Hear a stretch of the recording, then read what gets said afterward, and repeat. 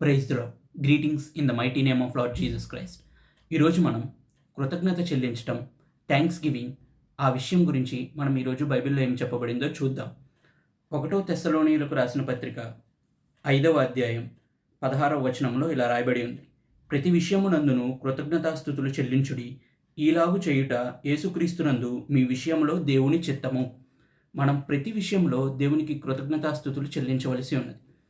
ప్రతి విషయం అనగా మనల్ని బాధపెట్టే విషయమైనను, మనల్ని ఇబ్బంది కలిగించే విషయమైనను, మమ్మల్ని కష్టపెట్టే విషయమైనను, లేకపోతే మనల్ని ఆనందపెట్టే విషయమైనా గానీ, లేకపోతే మనల్ని హెచ్చించే విషయం ఏదైనప్పటికీ కూడా ప్రతి విషయములలో దేవునికి కృతజ్ఞతాస్తుతులు చెల్లించవలసిన వారమై ఉన్నాం. ఇది యేసుక్రీస్తునందు దేవునికి మన పట్ల ఉన్న చిత్తం. మనం చాలాసార్లు కృతజ్ఞత మన నోట్లో ఉండదు. కృతజ్ఞత మన ఆలోచనలో ఉండదు. మనం ఎప్పుడూ పరిస్థితుల ప్రభావం వల్ల కానీ, లేకపోతే వేరేవారు మన మీద పలికిన మాటలను బట్టి గానీ మనం ఆలోచిస్తూ ఉంటాం. మన నోరు మాట్లాడుతూ ఉంటుంది. కానీ మనం అలా ఎప్పుడు ఉండరాదు. చుట్టుపక్కన పరిస్థితులు ఎంత కష్టముగా ఉన్నప్పటికీ కూడా, వేరే వారి మాటలు లేకపోతే వేరే వారి అభిప్రాయాలు మన పట్ల ఎలా ఉన్నప్పటికీ కూడా, మనం ఎప్పుడూ దేవునికి కృతజ్ఞతాస్తుతులు చెల్లిస్తూనే ఉండాలి. పరిస్థితులను బట్టి గానీ, మాటలను బట్టి గానీ మనం దేవునికి కృతజ్ఞతాస్తుతులు చెల్లించకుండా ఉన్నట్లయితే, మనం ఎప్పుడూ దేవునికి చెల్లించలేము. ఆ కృతజ్ఞత చెల్లించలేము. ఆ యొక్క మహిమ దేవునికి ఆరోపించలేము. ఎందుకంటే భూలోకంలో ఉన్న ప్రతిరోజు ఏదో ఒక సంఘటన జరుగుతూనే ఉంటుంది. ఏదో ఒక బాధపెట్టే విషయం జరుగుతూనే ఉంటుంది. ఎవరో ఒకరు ఏదో ఒక మాటలు అంటూనే ఉంటారు. ప్రతి ఒక్క అభిప్రాయాలు వింటూనే ఉంటాం. వాటిని బట్టి మనం ఎప్పుడు మన మూడ్ గానీ, లేకపోతే మన ఆలోచన గానీ మారకూడదు. మన ఆలోచన ఎప్పుడు దేవుని వాక్యం మీద ఆధారపడే ఉండాలి. దేవుని వాక్యం ఏం చెప్తుందంటే, ప్రతి విషయం నందు దేవునికి కృతజ్ఞతాస్తుతులు చెల్లించమని చెప్తుంది. మనం ఎప్పుడూ కృతజ్ఞత చెల్లించే వారంగా ఉండాలి. దేవుని వాక్యము, దేవుడు చేసిన అద్భుత కార్యములు, దేవుడు చేసిన ఆశ్చర్య కార్యములు, దేవుడు మన పట్ల చేసిన సూచక క్రియలు, దేవుడు మనం ప్రార్థన చేసినప్పుడు ఆయన ఆలకించి సమాధానాలు ఇచ్చిన సందర్భాలు, అవన్నీ ఎప్పుడూ మన తలంపులలో, మన ఆలోచనలో ఉండాలి. అవి మర్చిపోయి మనము కేవలము ఈ లోకపు సంఘటనలు, లేకపోతే ఈ తాత్కాలిక ఇబ్బందులు, లేకపోతే వేరే మనుషులు అన్న మాటలు, వాటిని బట్టి మనం ఎప్పుడూ వాటికి ఎప్పుడూ మన ఆలోచనల మీద అధికారం ఇవ్వకూడదు. మన ఆలోచనల మీద అధికారము ఎప్పుడూ దేవుని వాక్యమే అయ్యుండాలి. దేవుడే అయ్యుండాలి. ఎప్పుడైతే మనం మన ప్రవర్తన యొక్క అధికారము, మన మాటల యొక్క అధికారము, మన ఆలోచనల యొక్క అధికారము ఈ బయట ప్రజల యొక్క మాటలు గానీ, దుష్టుల మాటలు గానీ, లేకపోతే ఈ లోక సంబంధమైన మాటలు గానీ, ఈ లోకంలో వచ్చే పరిస్థితులు గానీ, సందర్భాలు గానీ, వాటికి ఇచ్చినట్లయితే అవి బాగున్నప్పుడు మనం కృతజ్ఞత చెల్లిస్తాం. అవి మారినప్పుడు, అవి కష్టంగా మారినప్పుడు మనము దేవునికి విరోధంగా మాట్లాడుతూ ఉంటాం. అలా ఎప్పుడు చేయకూడదు. మనం ఎప్పుడు దేవునికి కృతజ్ఞత చెల్లించవలసిన వారమై ఉన్నాము. అది ప్రతి విషయంలో చెల్లించవలసిన వారమై ఉన్నాము. కీర్తనలు 34వ అధ్యాయం 1వ వచనంలో కూడా ఇలా రాయబడి ఉన్నది. నేను ఎల్లప్పుడూ యెహోవాను సన్నుతించెదను, ఆయన కీర్తి ఎప్పుడూ నా నోట నుండును అని ఉన్నది. అవును, ఆయన కీర్తి మనం దేవుని వర్షిప్పే మన నోట్లో ఉండాలి. ఆయన కీర్తి మన నోట్లో ఉండాలి. ఆయన చేసిన అద్భుత కార్యములు, ఆయన మనకు చేసిన ఉపకారములు, ఆయన మన పట్ల చూపించిన కృప, ఇదే ఎప్పుడు మన ఆలోచనలోనూ, తలంపుల్లోనూ ఉండాలి. మనం కష్టం వచ్చినప్పుడు ఆయనకి ప్రార్థన చేసి, దేవుడు అది ఇచ్చిన తర్వాత దాన్ని మర్చిపోయే వారంగానో, దాన్ని చిన్నగా చూసే వారంగానో, అది అంత ప్రాముఖ్యం కాదు అన్నట్లుగా ప్రవర్తిస్తూ ఉంటాం చాలాసార్లు. అది అసలు మన హృదయంలో, ఆలోచనలో ఉండదు. దాన్ని చాలా టేక్ ఇట్ ఫర్ గ్రాంటెడ్ లాగా తీసుకుంటూ ఉంటాం. కానీ ఎప్పుడూ అలా చేయకూడదు. అందుకే నా ప్రాణమా యెహోవాను సన్నుతించుము, నా అంతరంగమునున్న సమస్తమా ఆయన చేసిన ఉపకారములలో దేనిని మరవకుము అని ఉంటుంది. ఎందుకంటే ఆయన ఉపకారములు, ఆయన మన పట్ల చేసిన అద్భుత కార్యములు మనం మర్చిపోయే వారమైతే, మనం ఎప్పుడూ కృతజ్ఞత కలిగిన వారంగా ఉండం. మనం ఎప్పుడూ ఆయన కీర్తిని స్మరించే విధంగానో, ఆయన చేసిన అద్భుత కార్యములు ధ్యానించే విధంగానో మనం ఉండం. కేవలము కంప్లైంట్ చేస్తూ, కేవలము దుఃఖంతో, కేవలము మనము ఏదో ఒక బాధతో ఉంటాం. అది దేవునికి ఇష్టం లేదు. అది దేవుని చిత్తం కాదు. కొన్నిసార్లు అది దేవుని కోపము రగిలే విధంగా కూడా చేస్తుంది. ఒక ఉదాహరణ, ఒక సందర్భం అది మనం చూద్దాం. సంఖ్యాకాండము 14వ అధ్యాయం 1వ వచనం నుంచి చూస్తే ఇలా రాయబడి ఉన్నది. అక్కడ ఆ సందర్భంలో వేగుల వారు వెళ్ళి ఆ సమాచారం ఇజ్రాయేలీయుల వారికి ఇలా తెచ్చారు. ఆ పాలు తేనెలు ప్రవహించు దేశంలో కాలేబు మనం వారిని అధిగమించవచ్చు, మనం వారిని జయించవచ్చు, ఆ దేశంలో మనం ప్రవేశించవచ్చు అని చెప్తారు. కానీ మిగతా వారు లేదు, వారి దృష్టికి మేము మిడతల వలె ఉన్నాము, మనం వారిని జయించలేము, వాళ్ళు చాలా ఉన్నత దేవుళ్ళు అని చెప్తారు. అప్పుడు ఇజ్రాయేలీల రెస్పాన్స్ ఎలా ఉందంటే, అప్పుడు ఆ సర్వ సమాజము ఎలుగెత్తి కేకలు వేసిరి, ప్రజలు ఆ రాత్రి ఎలుగెత్తి ఏడ్చిరి, మరియు ఇజ్రాయేలీయులందరూ మోషే అహరోనులపై సనుగుకొనిరి.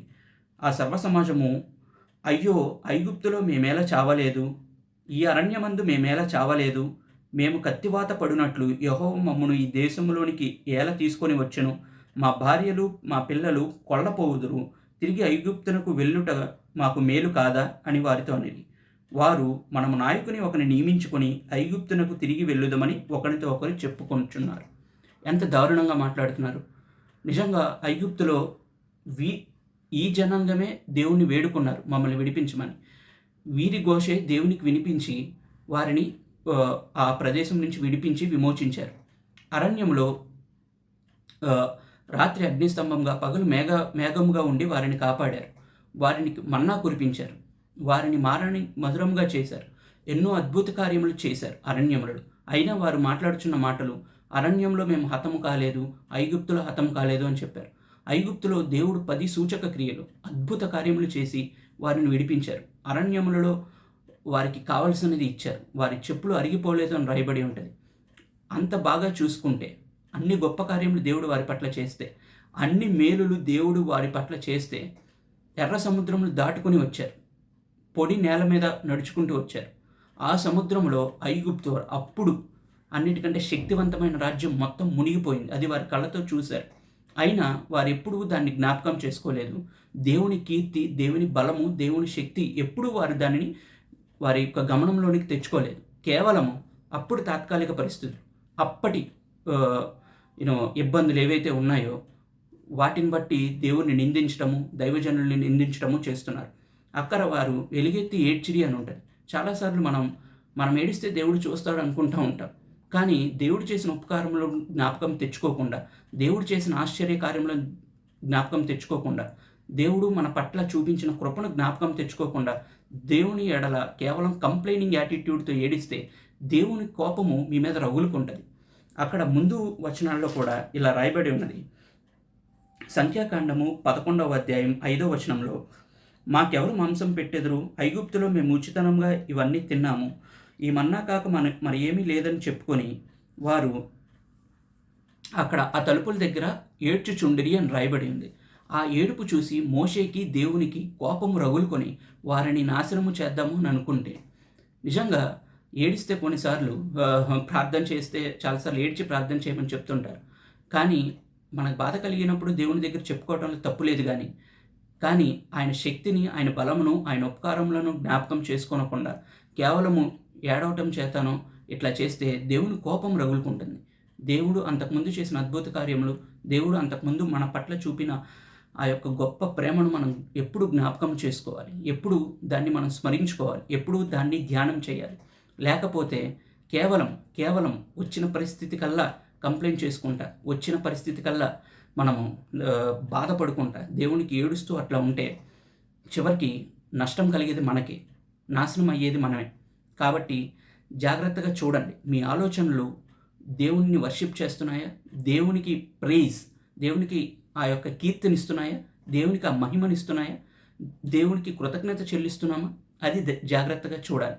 చివరిగా ఫిలిప్పీలకు రాసిన పత్రిక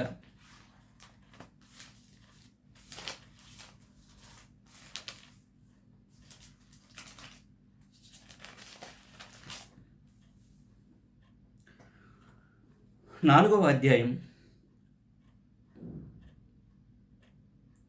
6వ వచనంలో ఇలా రాయబడి ఉన్నది. దేనిని గూర్చి చింతపడకుడి గాని ప్రతి విషయములోనూ ప్రార్థన విజ్ఞాపనల చేత కృతజ్ఞతాపూర్వకముగా మీ విన్నపములు దేవునికి తెలియజేయుడి. అప్పుడు సమస్త జ్ఞానమునకు మించిన దేవుని సమాధానము యేసుక్రీస్తు వలన మీ హృదయములకును మీ తలంపులకును కావలియుండును. అక్కడ చెప్తున్నారు, ఒకవేళ మనం దేని గురించైనా చింత కలిగినప్పుడు, దేని గురించైనా భయం కలిగినప్పుడు, మనం దేవునికి విరోధంగా మాట్లాడకుండా, దేవుడు ఇప్పటివరకు మాకేం చేశాడని మాట్లాడకుండా, మేము ఎందుకు ఈ పరిస్థితుల్లో ఉన్నాము అని మనం ఏడవకుండా, ఎందుకు దేవుడు మమ్మల్ని మర్చిపోయాడా అన్నట్లు బిహేవ్ చేయకుండా మేము ఆశీర్వదింపబడిన వారం కాము అని అనుకుంటూ ఉంటారు చాలామంది కష్ట పరిస్థితులు వచ్చినప్పుడల్లా. ప్రతి మనిషికి కష్ట పరిస్థితులు వస్తాయి. కాకపోతే ఎవరు దాన్ని ఎలా డీల్ చేశారన్న విధానాన్ని బట్టే వారి తర్వాత వారి డెస్టినీ ఆధారపడి ఉంటుంది. ఇక్కడ దేనిని గురించి చింతపడకుడి అని చెప్పారు. అవును, ఏ విషయం గురించి మనం చింతపడద్దు. యేసుక్రీస్తు వారు చెప్పినప్పుడు కూడా మీరు చింతపడి ఒక్క వెంట్రుకను కూడా నల్లదిగాను తెల్లనిగాను చెయ్యలేరు అని చెప్పారు. దేని గురించి మీరు ఆలోచించుకొనుడి, మీ జీవితం గురించి మీరు ఆలోచించుకొనుడి అని చెప్పారు. డోంట్ వర్రీ అని ఉంటుంది. Don't worry about your life అని ఉంటుంది. కాబట్టి మనం చింతపడి మనం ఏమీ సాధించలేము. చింతపడి మనమేమీ పరిస్థితులను మార్చలేము.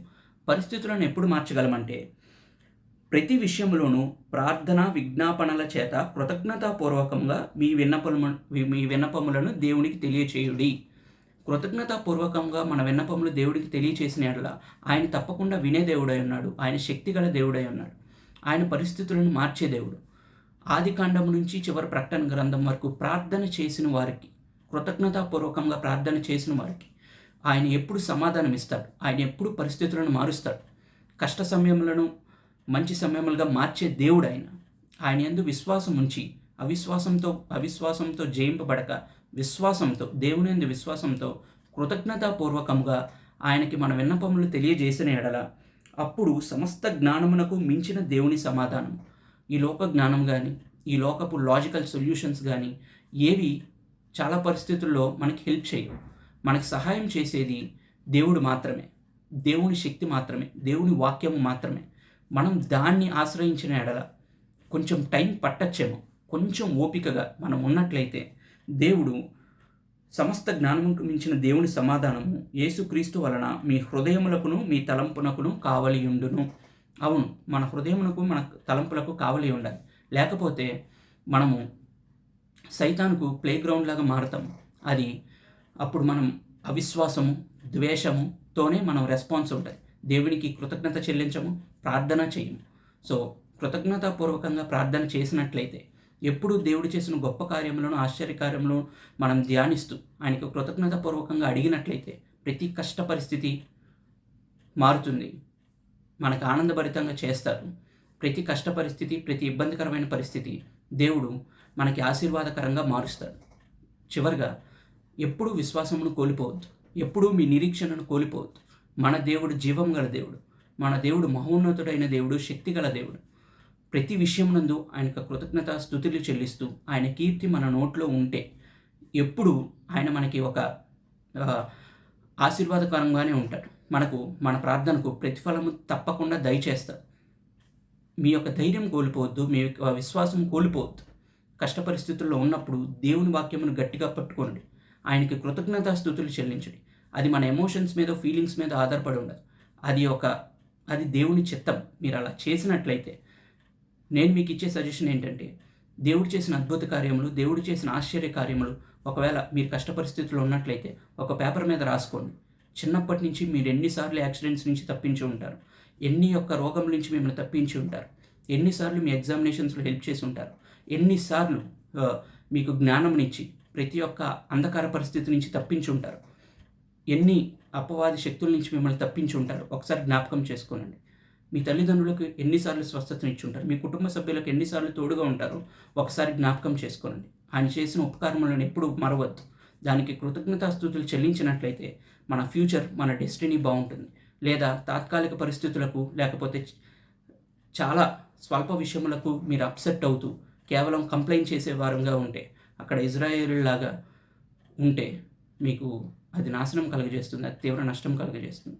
చివరిగా మన దేవుడు గొప్ప దేవుడు, మన దేవుడు ఆశ్చర్యకార్యము చేసే దేవుడు, మన దేవుడు మన ప్రార్థనలు వినే దేవుడు, మన దేవుడు సర్వశక్తిగల దేవుడు. ఆయనకి కృతజ్ఞతాపూర్వకంగా మన విన్నపములు తెలియజేసుకున్నట్లయితే ఆయన ఎప్పుడూ మనకు తోడుగా ఉంటాడు. ఆయన ఎప్పుడూ మనకి ఆశీర్వాదకరమైన విషయములను, మనకు ఆనందకరమైన విషయములను, మనకి సమాధానకరమైన విషయములను మనకు తెలియజేస్తారు. పరిస్థితులను కూడా అలాగే మారుస్తారు. ఆయనకు అసాధ్యమైనది ఏదీ లేదు. కృతజ్ఞతాపూర్వకంగా ప్రార్థన చేయండి. దేవుడు ఈ మాటలను దీవించును గాక. ఆమేన్.